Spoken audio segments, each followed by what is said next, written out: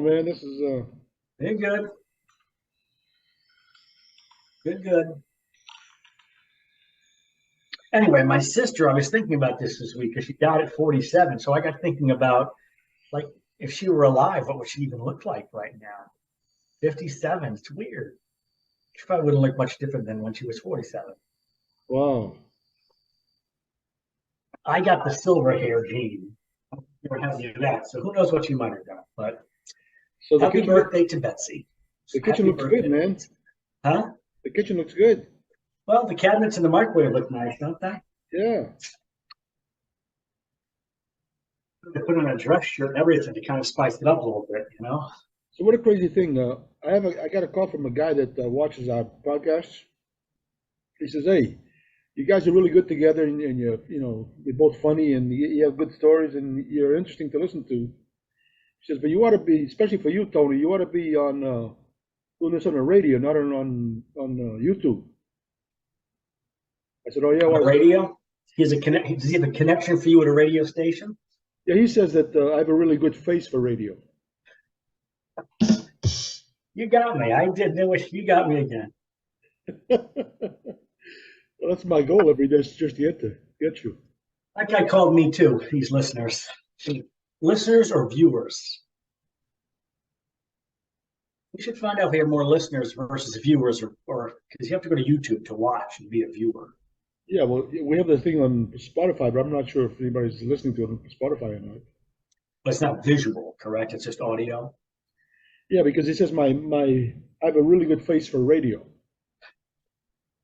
I just could have sworn I heard that 45 seconds ago, but I didn't get the drum beat to it, so that was good. What do you think that means when they say you have a good face for radio?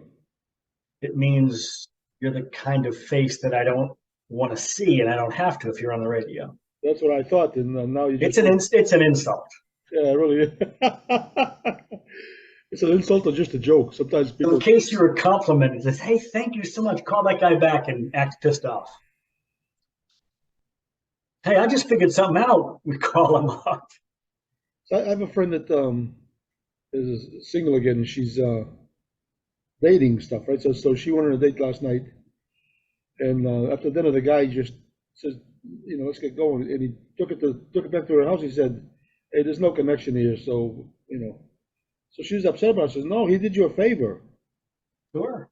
She goes, "What do you mean?" I said, "Well, if you think about it, if there's no connection, but he kept like still going to see you, you fall for the guy, then you're gonna be really hurt. But this way here was just somebody you met, you went for a free dinner, and there's no connection. So he did you a favor. He's a good guy."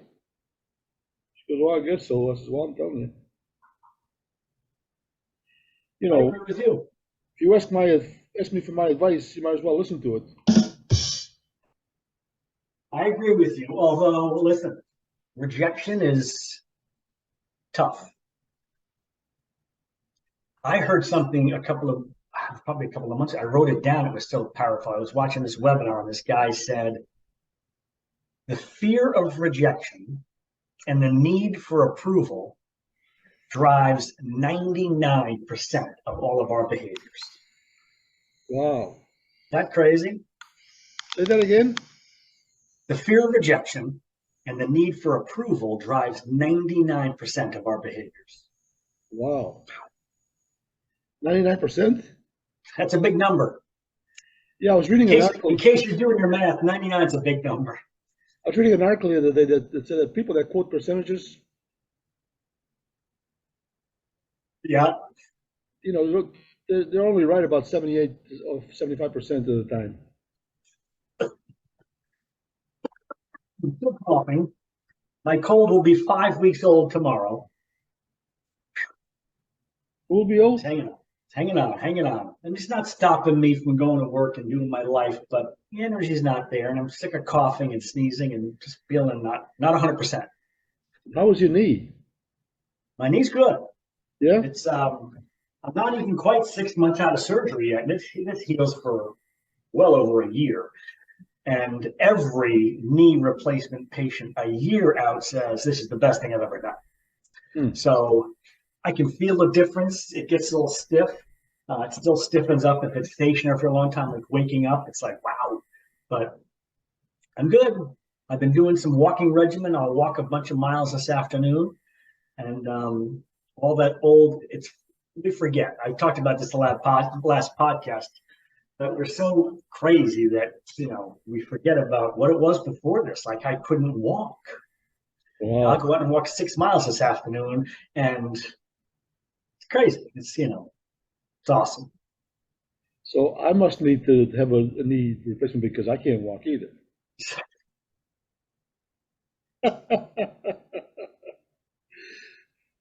So I had my right eye cataract surgery is done. So I was going to ask, so it was the right eye, and that was only this past month. It was 6 days ago. Yeah, so here's the deal. The right eye now is so good. It's like, can't even imagine. It's perfect, but here's what happens. The left eye is getting worse now. Because it's realizing how weak it is? Probably, but this is, if I try to explain what's happening with what was happening with my eyes and what's happening with my left eye stuff, you would think I'm doing a comedy thing, but it's not. So if I'm driving, right, and there's a traffic light, a red light, you see one red light. Yeah. I see 5 of them. There's like a prism of 5 or 6 red lights in a big circle. When the cars come. This is since the surgery because your right eye is so good right now. No, I mean it was doing that before, but now it's even more. Oh, it was. See, before I didn't know which eye I was doing. I thought it was both eyes. Like I'll tell you this. I suggest that you drive a little less. I got this picture this week. Oh, wow. There you are. I was trying to make that my screen. And so this surgery, I mean, it sounds intimidating. I mean, eye and in there, but it was a 10-minute procedure. Yeah, not even. It's crazy. And you're awake. Then they numb the eye so you're not feeling anything? Oh, yeah. Oh, who's that? Take that on speakerphone. I don't know who it is. But I do You have get a cold call at 9 o'clock on a Sunday morning. But pretty soon, I'm going to have a one guest that you're going to really like.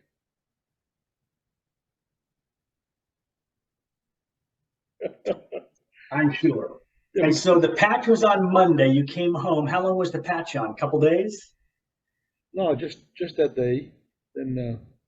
And then did your vision in your right eye get progressively better over the week, or was it immediately amazing? So here's what it is. The right eye is perfect for far away, but not perfect for reading and stuff. I know. The old helpers, the old 2%, the old magnified by 2. I know, but now because of what's happening with the eyes, if I do my reading glasses, it doesn't help me at all. You gotta do this now. So now I'm really struggling to see. Yeah. You gotta do that. How's that? Well, I even try to do this. Look. To see if that would work, but it didn't. See? And you're only a few weeks out from your left eye getting done. Yeah, not even the 12th. 12th, that's next week. Yeah, so here's the deal. Wait a minute, that's next Monday. Yeah, so it's so crazy what's happening now because it's so weird. Like if I'm driving and this car's coming the other way with the headlights on.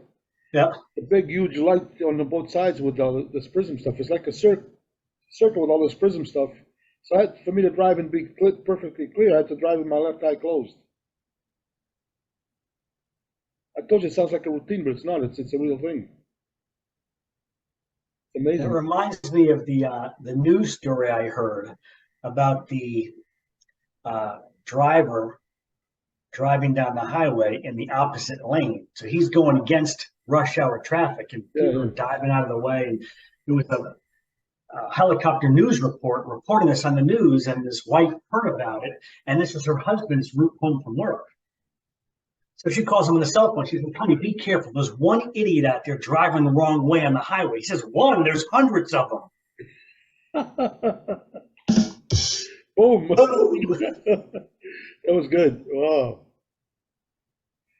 Very cool. Look at me telling jokes. When I talk about our podcast to people, I go, my friend Tony is a comedian. And so it's a lot of fun. I said, and he's a joke teller.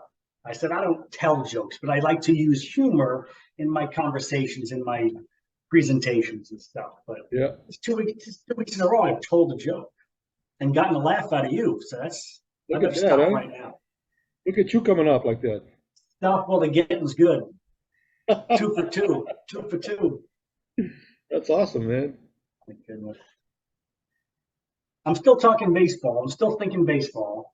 It's the off season, but it's an exciting time. Right now, they have what they call the winter meetings, which starts today, and they go through Wednesday, 4 days every winter, every December.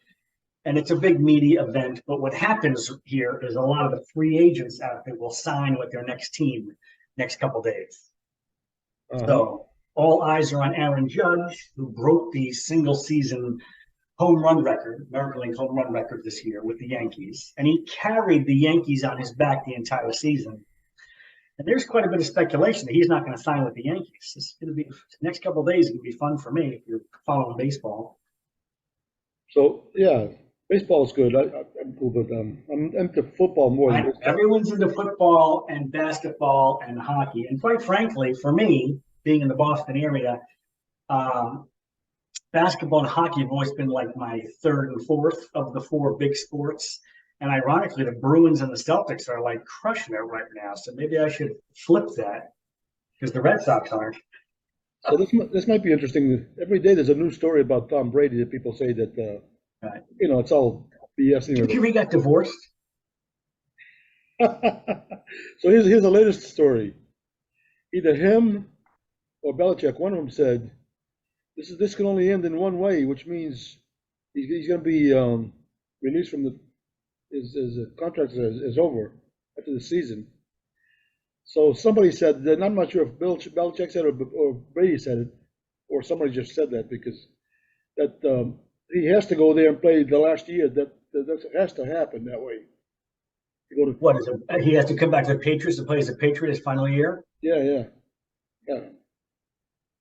Interesting. He's not doing so well here right now. They got beat. Well, the Patriots aren't doing so well either. I know, but they got beat by the Browns, man, and they shouldn't have. It's so weird. Interesting. It's fun. Sports is a nice diversion from our lives and gives us something to, watch and get excited about. And some people get involved in the betting. You know what? I am not involved with at all. But it seems like it's a generation. Like my son is all about this, and Lynn's sons are all about this. It's all about fantasy football, and they got their drafts and they get their teams.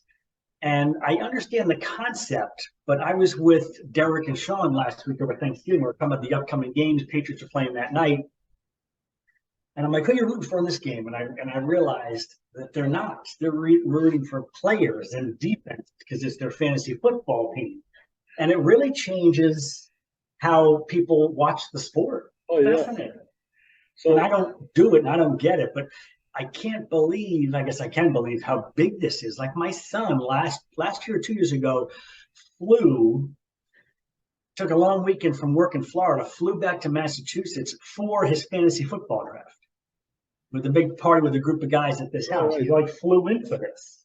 So when I was in Virginia at the wedding, so I was there outside talking to some people, and there was a group of people. There was probably 7 or 8 guys and gals, and they're talking about their teams. So who are you playing with? So they're talking about their team like they're playing or something. Right. And I knew it was fantasy team, but if I wasn't, I would have thought these guys are all crazy. They're not football players. They're not. But it's a huge thing. I mean, they were like having a conversation like it was a real thing. Amazing. Oh, in fact, my son turned me on to a TV show. I don't know if it's Hulu or Netflix, but one of these streaming channels has it. And it's called The League. And it's a funny comedy. It's raunchy. So be prepared, but it's well done. So it's a clever, raunchy comedy, but it's all about these guys who are in a fantasy football league and their personalities and their quirks. And one of the guys' wives is a very big character, and it's a riot. But the entire backdrop to this TV show is fantasy football and their league. The League, it's called. It's funny. In fact, I just reminded myself I got to go back and check that out. It's a funny show. So those guys at the wedding, they were talking about the fantasy league people. So I finally went over in there and said, "Hey, anybody have a piece of paper and a pen. I need some autographs here.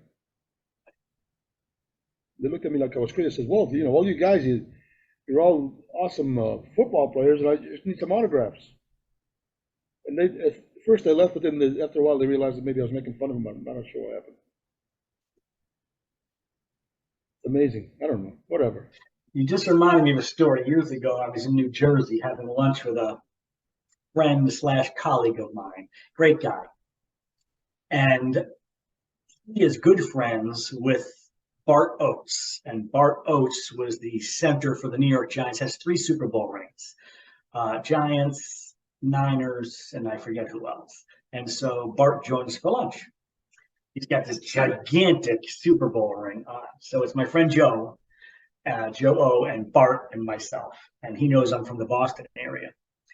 And he says to me, so you're a Patriots fan? And when I just have this other, when I say to people, Boston's a small enough city. If you're here for a long enough time, you kind of just become a hometown fan. So I was about to tell him that story. So Bart says to me, you a Patriots fan? And I go, here's how I explain it, Bart. And he goes, never mind. Like he already deduced where I was going. He's like, give me my ring back. Never mind. Yeah, I'll have to pastrami. yeah. When I put his ring on, I'm like, good Lord. Funny. Neat guy. I still get territorial people get with their teams. It's amazing. I still get a bunch of crap from my buddies up in New England if I go up there and if I'm wearing my Buccaneers shirt or something. Oh, they think like I'm a criminal or something. I said, listen, I lived in Hudson for 23 years, right? I've been in Tampa for 31 years. So don't you think I have the right to have that be my home team? So you've been in Tampa 31 years? Yeah.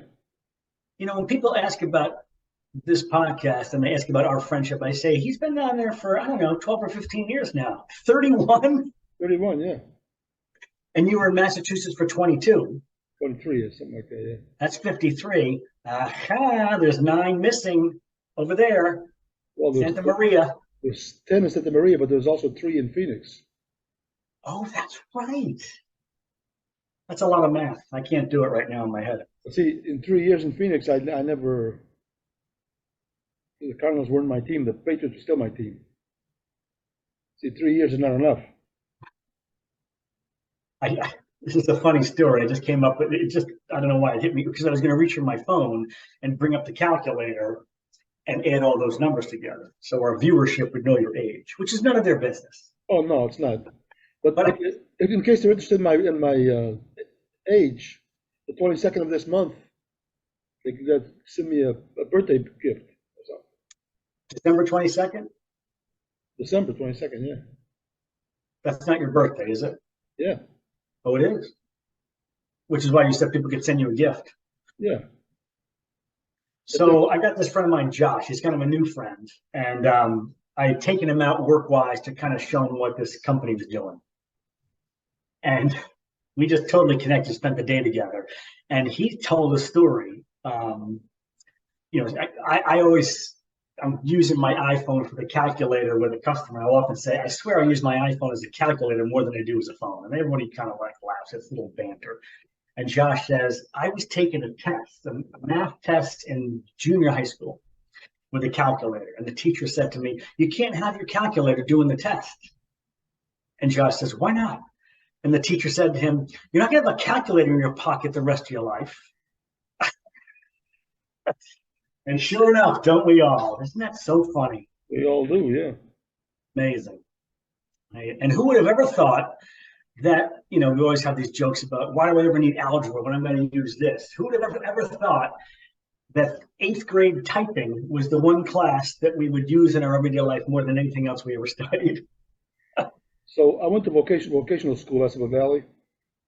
Assabet Valley, not too far from where I am right now. Yeah, so,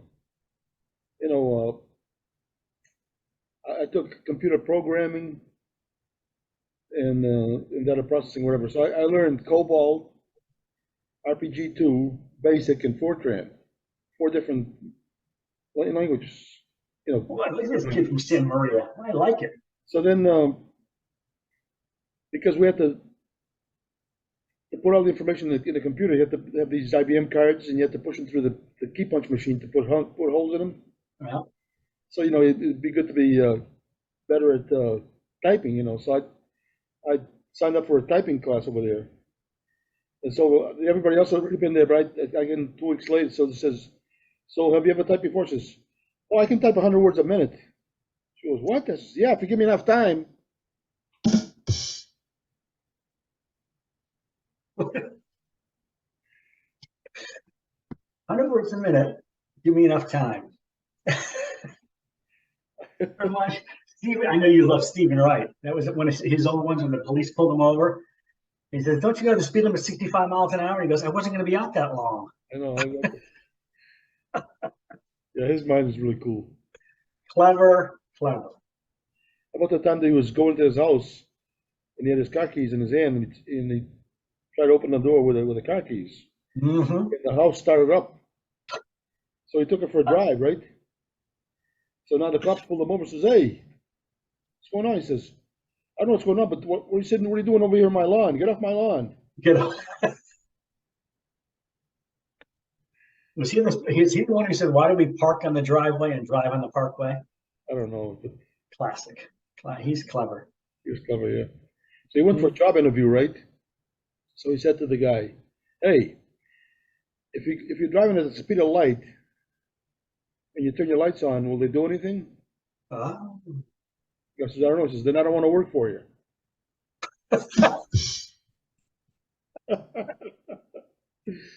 Good question. He asked the employer, "Do you have any questions for me?" "Yes, I do. I'm glad you asked. Thanks for your inquiry." That's funny. Funny, funny. Very funny. What's up for you today? Beautiful Sunday. How's the weather in Tampa? Good. I got to do an open house. Nice. I shouldn't say I got to do. I get to do. You get to do an open house. Guess who else is working an open house today? Oh, Lynn yeah? Devon. Yeah? Well, for her, she'll go as a mortgage person, go work an open house with a realtor friend to help the friend out. Well, I But understand. Yeah, she's meeting all these buyers. It's great for her. yeah, that's She good. makes a strong habit of getting to open houses every weekend she can. It's good business. Hmm. Sharp, that girl, very sharp. So over the years, over 20 years, I did a lot of open houses and picked up a lot of business from that. Sometimes Absolutely. you don't sell the house that you're doing the open house at, but you pick up buyers for other houses. Right. But this condo that I'm doing, the thing, it's kind of tough to get to. It's not like a bunch of people traveling down the road and they see a sign, "Oh, there's an open house right here." They'd have to kind of follow my signs and go through this thing and this, and all that stuff. So I'm not getting a lot of people showing up on the open house for sure. But all it takes is one. Yeah. One, that's it, just one. Where's the open house? It's at the Glen Eagles, which is right next door to Innisbrook. Oh, is this the condo in the golf course, or is this a different one? It's just a condo. It's not on the golf course, but it's right next to the golf course. Right. Yeah. Well, you don't want to be on the golf course. That's not funny. On the golf course doesn't really mean on the golf course. No. Next to it. So talking about houses and stuff, I sold a house to a couple at I think it's called the Eagles. It's a community over here in Tampa. Uh-huh. Nice golf community. So they bought the house, and they were a nice couple. I really liked them. So when they got all settled in, they said, "Hey, Tony, I'd like to have you over at the house for a coffee and see what we've done with the house, because now we have all the furniture up, we've got all the stuff in the, Oh, so you really connected with these. So you became a friend when they invited you over. Nice. yeah, a lot of people, yeah. So they went over. So I saw this thing on the wall, big frame picture of her, the lady, at a golf course, and it said something about a hole in one and stuff somewhere in North Carolina. So she's says, "Wow, look at this." She goes, "Yeah, yeah." Says, "This is amazing. That doesn't happen too often." And he goes, "Come on, honey, tell them what happened." There's always a story to the whole one, but some of them are funnier than others. Yeah. So she says, "Oh, come on." He goes, "No, no, tell me what happened." He says, "All right." So I was whatever hole she was. She hit the ball over toward the Hopefully towards the hole, right? It's in the hole. Yeah, general but vicinity. I don't know what all the terms are for those things, but anyway. So when they walked up to the thing, she couldn't find her ball, so she's looking around to see where the ball was, right? Maybe it's rolled off the little mountain and went somewhere. And so one of the guys said, "You got to check the hole. Maybe you got a hole in one." She goes, "Oh yeah, right." He goes, "No, check it. You might as well check it. You never know." So she goes over, and the ball was in the hole. She got a hole in one and didn't even see it. She didn't see that it happened. So they always laugh about that because Yeah. I said, I mean, it's a special, rare thing, but probably more fun if you have the line of view with the hole that you can see it going in. And they're almost always on par threes, and so usually you can see the hole, but I can see how that could happen. so when I was showing them house stuff, they always wanted to know. So you golf, Tony? He says, "Oh yeah, I'm playing with these guys that have been playing for a long time. They say for a beginner, I'm doing real well until I get to the windmill with the dragon." They thought that was funny. I just glanced into the dining room, which was not part of the construction project, but we decided to paint the walls and pick a new color.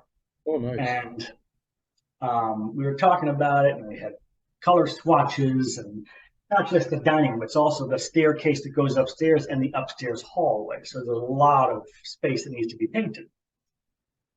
And these guys are coming back this week. I just wrote my last check to the contractor, so they're done. And they're putting barn doors on the laundry room. So you get that big black hardware track going up that the doors then slide on. And I said, I got to get at least that wall painted because I want the hardware to go on top of a painted wall versus the hardware go up and then I got to jump up there and paint around the hardware. Yeah. So I think it was Tuesday, Lynn came by, we picked a color. And then she went back to her office and I ran to Home Depot and that night put 2 coats on that one wall. And the guys came the next day, so it was perfect. And so Lynn doesn't know this, but she won't see this before she sees the dining room. The rest of this week, I finished painting the entire dining room, staircase up, and the upstairs hallway. Wow. But I was reminded by how much it is about the prep work. Like the color was going on nice to cover. I was going to do 2 coats.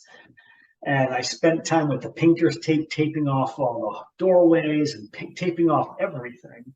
It took a lot of time.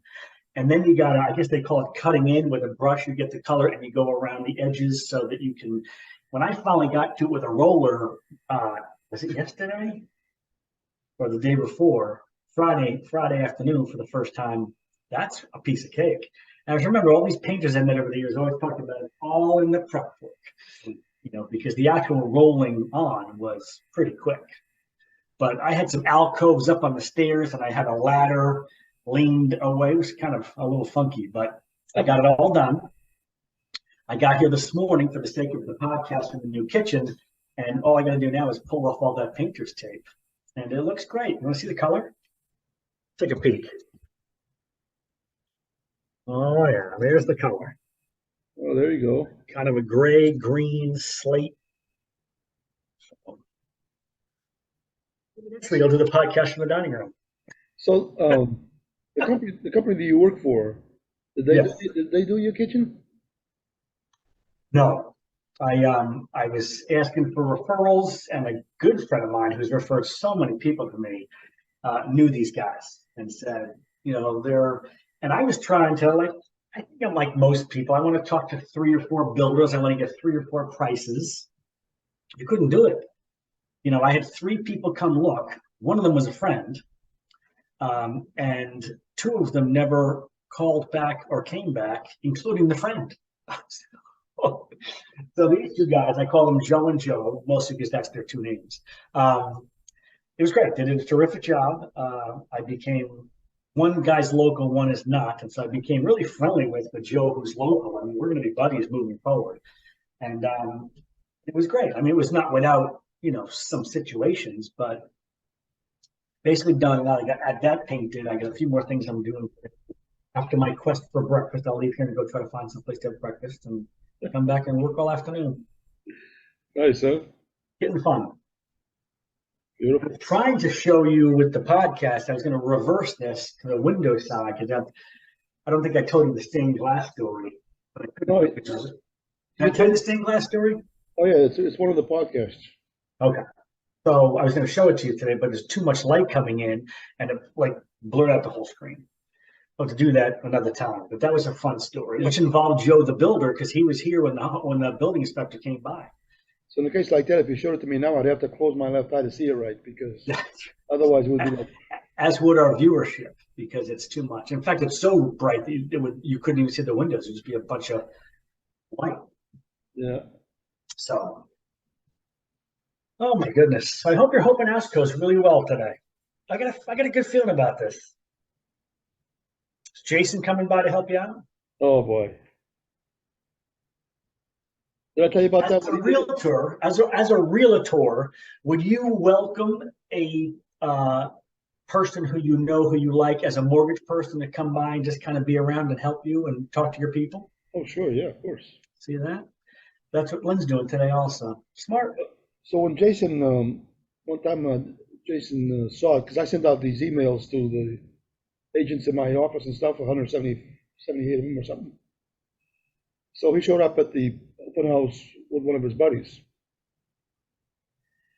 So I had this lady that was walking around, and I was following her, and I was showing her, the condo, the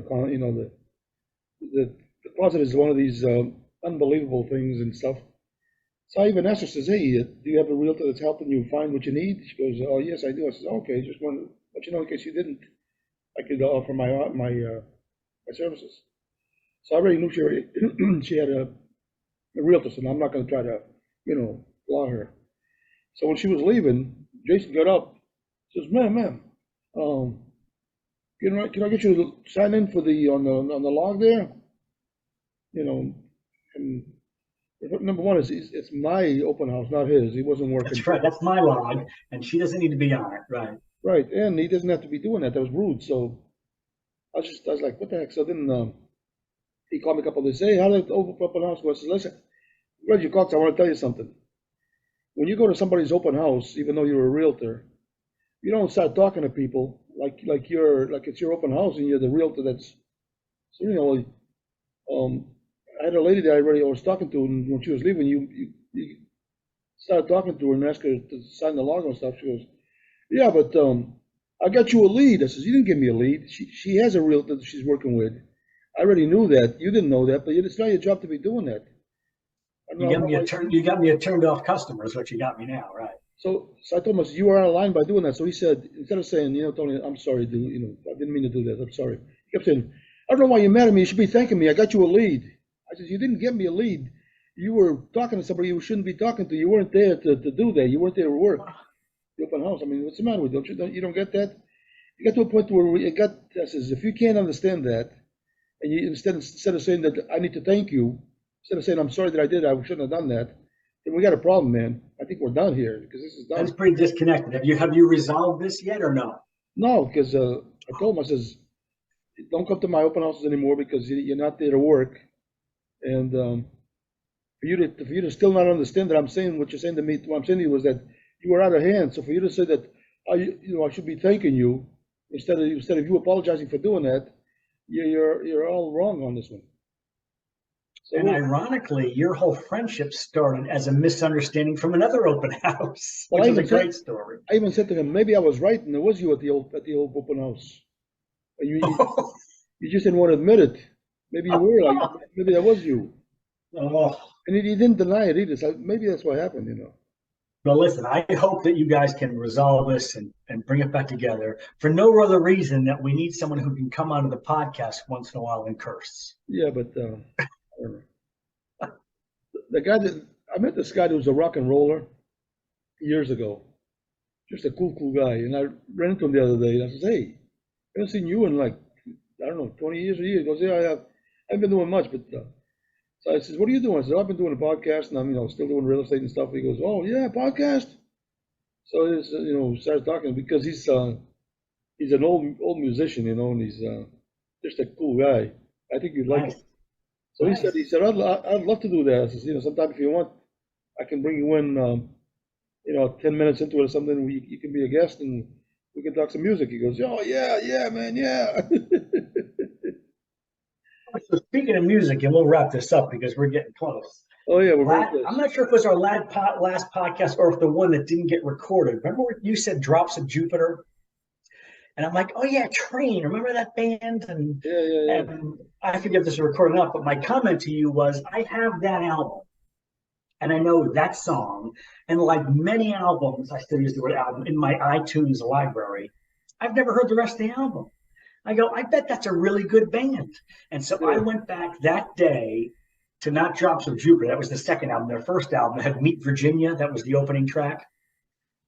And I loved every song on the album. Then I downloaded another one. I've listened to that first album 3 or 4 times. I'm like, this is a great band. I'm a huge fan of Train now, Yeah. and they're still putting new stuff out. So my next note was maybe they're touring. I'd love to go see these guys. Patrick Monahan, the singer and probably the main lead, writer. What a voice on this guy. I know. I mean, emotion, and it's beautiful. And the drummer is a very finesse. He does some really cool stuff. Of course, I'm always listening to the drums. Well, if you really think about it, a band named Train should have some good tracks, right? That's a good one. That's a good one. I had something else I was going to say about those guys, but it's spectacular to just kind of find new music and enjoy it. It's kind of